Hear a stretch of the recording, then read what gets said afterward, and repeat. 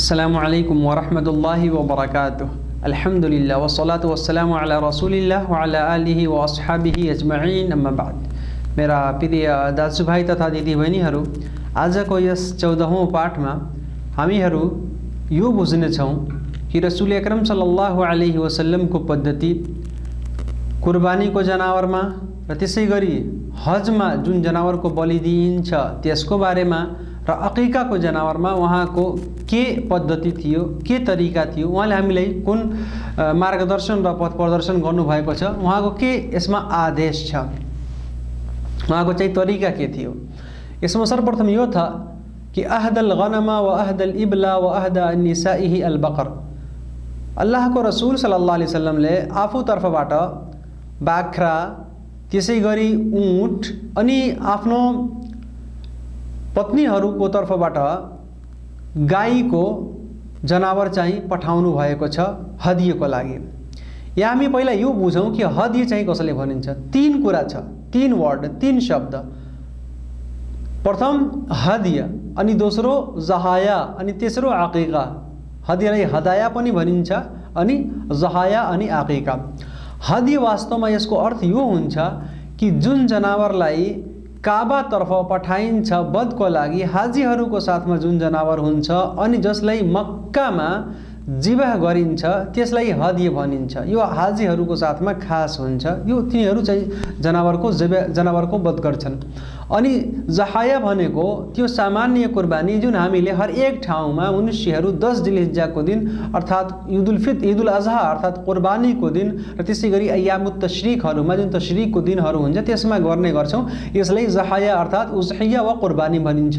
र हदियको शब्द चाहिँ त्यहाँ प्रयोग हुन्छ जुन हाजीहरू चाहिँ मक्कामा गर्छन् वा जुन मक्कामा पठाइन्छ जनावर जिबाहको लागि कुर्बानीको बेलामा। अकीकाको बारेमा त थाहा छ, बच्चा पैदा हुन्छ अनि फेरि 7औं दिन जुन त्यसको नाममा जनावरको वध हुन्छ त्यसैले अकीका भनिन्छ। भने अल्लाहको रसूल सल्लल्लाहु अलैहि वसल्लम चाहिँ जब उहाँले चाहिँ हज गर्नुभयो, आफ्नो साथमा जस्तो मैले बताएको थिएँ हिजोको पाठमा कि 100 ऊँटको बलि दिनुभएको थियो र त्यसै गरी कहिलेकाहीँ उहाँ मदिनामा चाहिँ बसेका हुन्थे अनि जनावर चाहिँ पठाउनुहुन्थ्यो, मक्कामा चाहिँ जिबाह गर्नुको लागि पठाउनुहुन्थ्यो र त्यसै गरी चाहिँ आफ्नो पत्नीहरूको तर्फबाट पनि जनावर पठाउनु भएको छ, गाई। मेरो भाइहरू, यहाँ यस किताबको लेखकले के भन्नुहुन्छ कि अल्लाहको रसूल सल्लल्लाहु अलैहि वसल्लमले चाहिँ हदियको जनावर वध गर्नुभएको छ, चाहिँ पठाउनु भएको छ फी मुकामी, यानी तपाईँ मक्कामा बसोबास गर्नुभएको थियो अनि जनावर चाहिँ जुन अरू सहाबाहरू हजको लागि जानुभए उनीहरूको साथ चाहिँ पठाउनु भएको थियो। त्यसै गरी हजको बेलामा पनि अल्लाहको रसूल सल्लल्लाहु अलैहि वसल्लमले जनावर जबह गर्नुभएको छ र त्यसै गरी उम्राको बेलामा पनि, अर्थात् अल्लाहको रसूल सल्लल्लाहु अलैहि वसल्लम उम्राको लागि गए, त्यहाँ पनि जनावर जबह गरे, अनि हजमा गए अनि त्यहाँ पनि जनावर जबह गरे, अनि त्यसै गरी मदिनामा थिए भने जनावर पठाउनु भयो मक्कामा त्यसको वधको लागि, त्यसको कुर्बानीको लागि। अब चाहिँ तपाईँ यहाँ चाहिँ कन्फ्युज नहुनु, उम्रामा पनि अल्लाहको रसूल सल्लल्लाहु अलैहि वसल्लमले जनावरलाई वध गर्नुभएको छ। जस्तो कि सुलह हुदैबियाको मैले बताएको थिएँ, त्यो सम्पूर्ण कथा चाहिँ काफिरहरूले जब रोके तो रसूल अकरम सल्लल्लाहु अलैहि वसल्लमले चाहिँ आफ्नो जनावरलाई त्यहीँ जबह गरे हुदैबिया नामक ठाउँमा। भने यदि कोही व्यक्ति चाहिँ आफ्नो साथमा लगेर गइरहेको छ, उम्रा गर्न गइरहेको छ मक्कामा, अनि साथमा जनावरलाई लगेर गइरहेको छ भने त्यहाँ त्यसको वध गर्न सक्छ, तर यो अनिवार्य छैन। उम्रामा चाहिँ अनिवार्य र जरुरी छैन।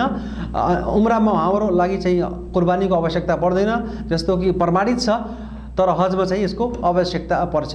तर उम्रामा अल्लाहको रसूल सल्लल्लाहु अलैहि वसल्लमले गर्नुभएको छ र साथमा लगेर गर्नुभएको छ, साथमा चाहिँ आफ्नो तर्फबाट लगेर गर्नुभएको छ। त्यसै गरी अल्लाहको रसूल सल्लल्लाहु अलैहि वसल्लम चाहिँ जब जनावरलाई पठाउनुहुन्थ्यो चाहिँ त्यसको हदी अर्थात् मक्कामा त्यसको कुर्बानीको लागि भने कुनै बाख्रालाई भने त्यसको घाँटीमा चाहिँ केही झुन्ड्याइदिनुहुन्थ्यो, डोरीहरू वा केही चाहिँ बनाएर माला जस्तो त्यसको घाँटीमा चाहिँ झुन्ड्याइदिनुहुन्थ्यो ताकि थाहा होस् यो चाहिँ कुर्बानीको जनावर हो।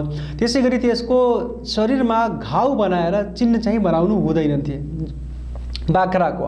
अनि चाहिँ अल्लाहको रसुल सल्लम मदिनामा थिए अनि जनावर चाहिँ पठाइदिन्थे, तर वहाँमाथि अब एहरामको जुन प्रतिबन्ध हुन्छ त्यो चाहिँ हुँदैन थियो।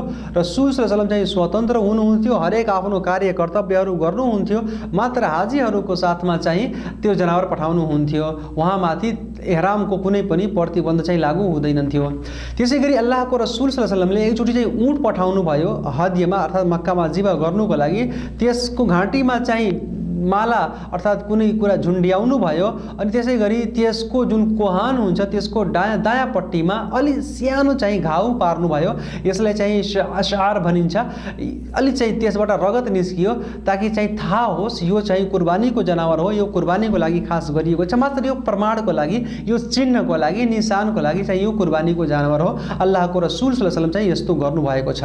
त्यसै गरी अल्लाहको रसुल सल्लल्लाहु अलैहि वसल्लम जब कुर्बानीको जनावर चाहिँ पठाउनुहुन्थ्यो भने जुन सहाबीसित वा जुन पनि मनुष्यको साथमा कुर्बानी पठाउनुहुन्थ्यो भने उहाँलाई यो वसियत गर्नुहुन्थ्यो कि यदि यो जनावर चाहिँ बेरामी भयो बाटोमा भने तपाईँ बाटैमा यसको वध गरिदिनु, बाटोमा चाहिँ यसलाई ज़िबा गरिदिनु अनि आफ्नो जुत्तालाई चाहिँ त्यसको रगतमा चाहिँ रङ्गेर त्यसको रगत चाहिँ जुत्तामा पोतेर त्यसको चाहिँ दायाँपट्टि चाहिँ राखिदिनु अनि चाहिँ त्यसबाट तपाईँ केही पनि नखानु अनि त्यसको सम्पूर्ण मासु चाहिँ गरिब, असमर्थ, निर्धर र चाहिँ असहाय व्यक्तिहरूमा जुन गरिबहरू छन् तिनीहरूमाथि चाहिँ त्यो सम्पूर्ण वितरण गरिदिनु।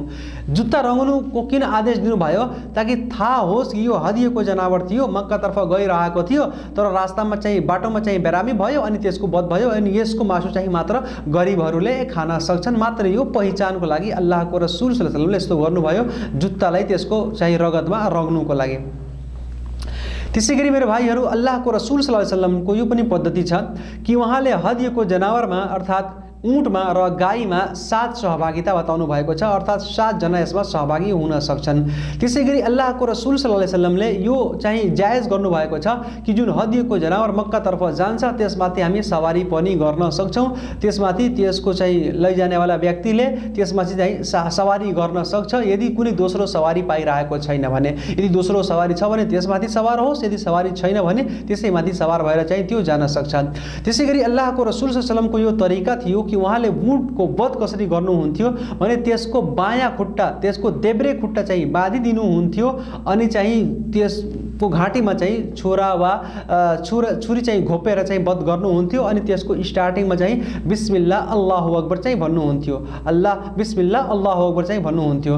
त्यसै गरी अल्लाहको रसुल सल्लल्लाहु अलैहि वसल्लम चाहिँ कहिलेकाहीँ त्यो जनावर, कुर्बानीको जनावर कुनै पनि जनावर आफै आफ्नो हातले जबह गर्नुहुन्थ्यो र कहिलेकाहीँ चाहिँ दोस्रो सहाबाहरूसित पनि जबह गराउनुहुन्थ्यो। जस्ता कि मैले बताए थिए 63 जनावर अल्लाहको रसुल सल्लल्लाहु अलैहि वसल्लमले आफै जिबा गरे अनि बाँकी है अली रज़ियल्लाहु ताला अन्हुसित भने कि तपाईँ यो जिबा गरिदिनु।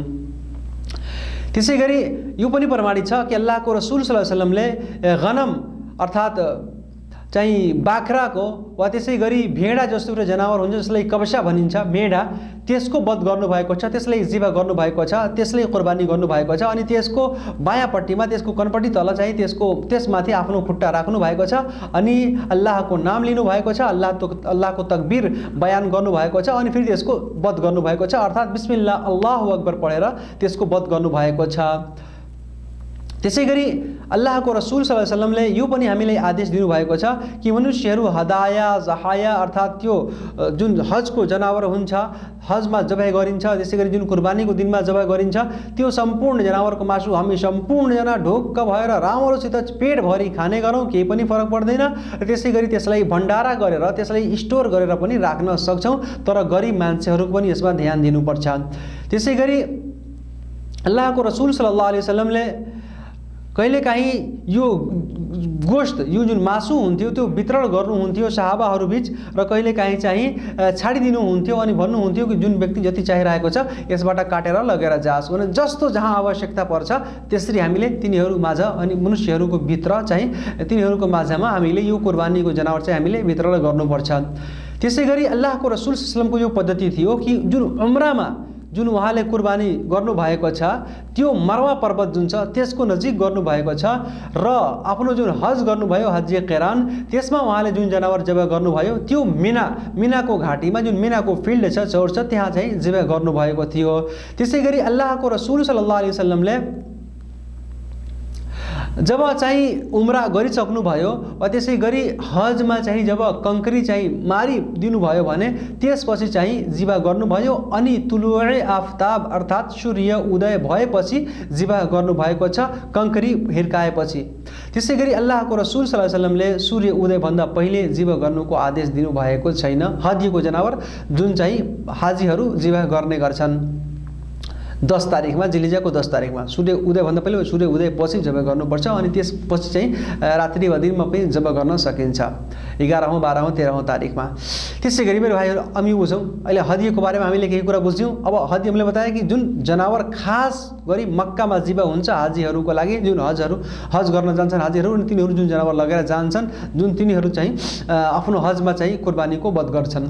त्यसै गरी यहाँ अब कुर्बानी जुन बकरा ईदको दिन हुन्छ, हामी सम्पूर्ण मनुष्यहरू पुरै विश्वमा कुर्बानीको दिन जुन हामी जनावर चाहिँ ज़िबह गर्छौँ त्यसको बारेमा हामी कुरा बुझौँ। यसमा सर्वप्रथम यो छ कि अल्लाहको रसुल सल्लल्लाहु अलैहि वसल्लमले 2 मेढा अर्थात् भेडा जस्तो जुन जनावर हुन्छन् तिनीहरूको वध गर्नुभयो। अनि यिनीहरूलाई चाहिँ ईदको नमाज पढेपछि यिनीहरूको वध गर्नुभएको छ। अनि भन्नुभएको छ कुल्लु अय्याम तशरीक़ी ज़बहुन, यो मुस्नद अहमदको सही हदीस हो। अर्थात् जति पनि अय्याम तशरीक़ छन् त्यसमा हामी कुर्बानीको जनावरको वध गर्न सक्छौँ, कुर्बानी गर्न सक्छौँ। भने अय्याम तशरीक़ कति दिन? 11, 12 र 13 जिल्हिज्जा महिनाको 10औं दिन कुर्बानीको दिन हो।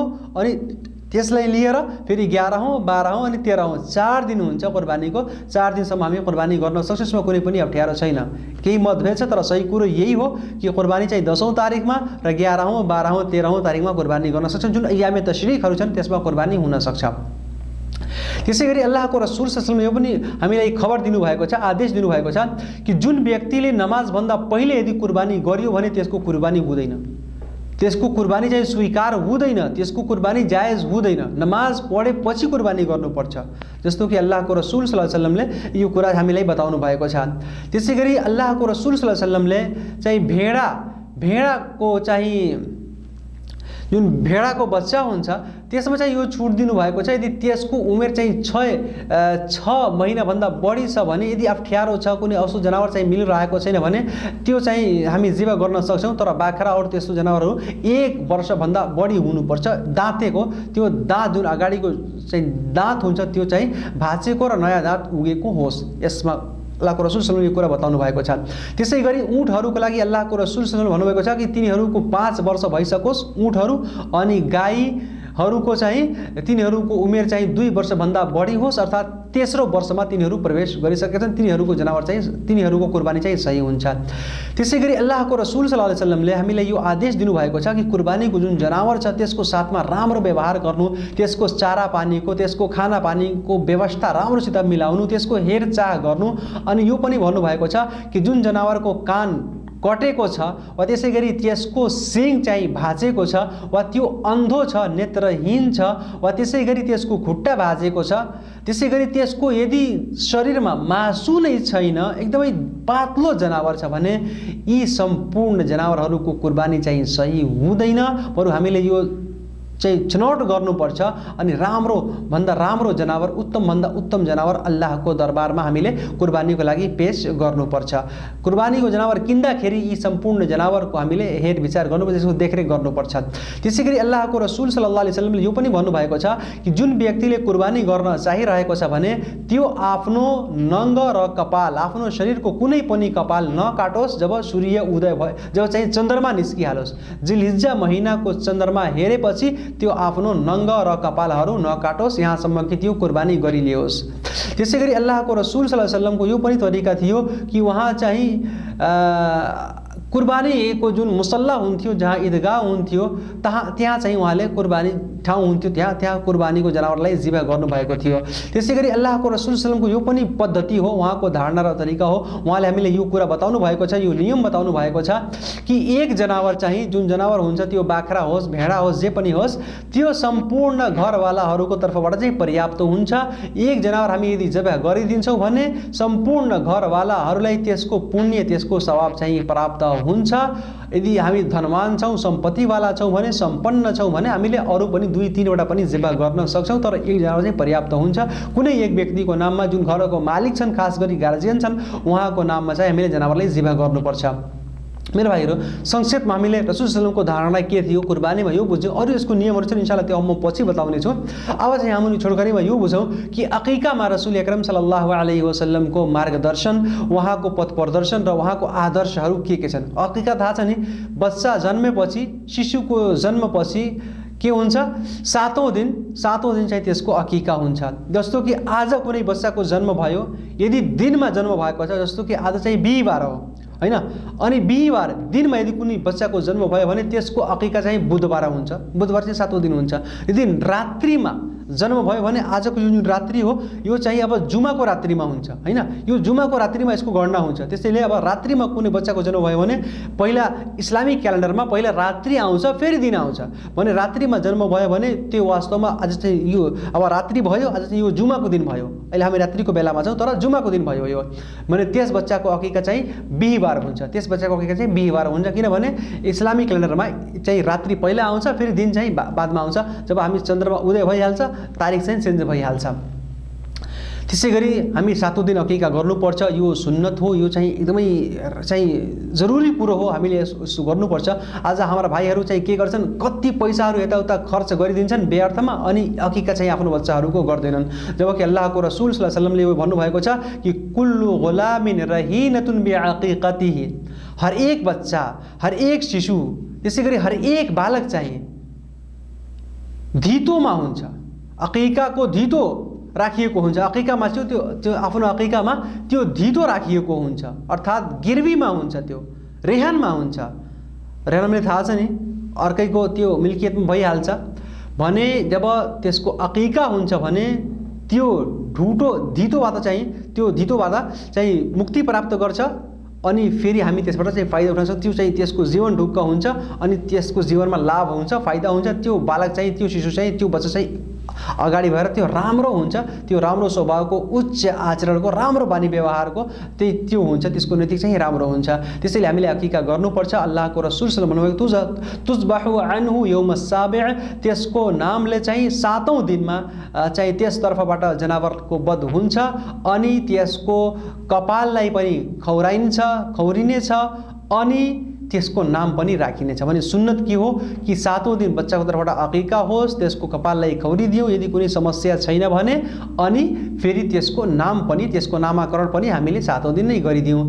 त्यसै गरी अल्लाहको रसूल सल्लल्लाहु अलैहि वसल्लमले पनि भन्नुभएको छ कि अनिल गुलामे शातान व अनिल जारियति शात, अर्थात् जुन बच्चा केटा छ त्यसतर्फबाट 2 जनावरको वध गरिन्छ अकीकामा, र यदि केटी छ भने, छोरी छ भने त्यसतर्फबाट 1 जनावरको वध हुन्छ। भने छोराको तर्फबाट 2 जनावर अनि छोरीको तर्फबाट चाहिँ 1 जनावरको वध हुन्छ। मेरो भाइ यसको पनि नियमहरू छन्, इन्शाअल्लाह पछि हामी यो कुरा बुझ्नेछौँ। तर रसूल सल्लल्लाहु अलैहि वसल्लमको धारणा चाहिँ हदियमा, अर्थात् जुन हजमा जनावर जबे हुन्छ, हाजीहरूले जबे गर्छन्, त्यसै गरी कुर्बानीमा जुन हामीहरू आफ्नो ठाउँमा जबे गर्छौँ, अकीकामा रसूल अकरम सल्लल्लाहु अलैहि वसल्लमको धारणाहरू के थियो, उहाँले हामीले के आदर्श दिनुभएको छ, यो कुरा बुझ्यौँ। इन्शाअल्लाह अब पछि चाहिँ जुन बाँकी छन् त्यो कुरा हामी आफ्नो आउनेवाला पाठमा गर्नेछौँ। अल्लाह तालाले हामी हर एकजनालाई रसूल अकरम सल्लल्लाहु अलैहि वसल्लमले बताएको मार्गमा हिँड्ने चाहिँ तौफिक प्रदान गरून्। आमीन। वस्सलामु अलैकुम वरहमतुल्लाहि वबरकातुहू।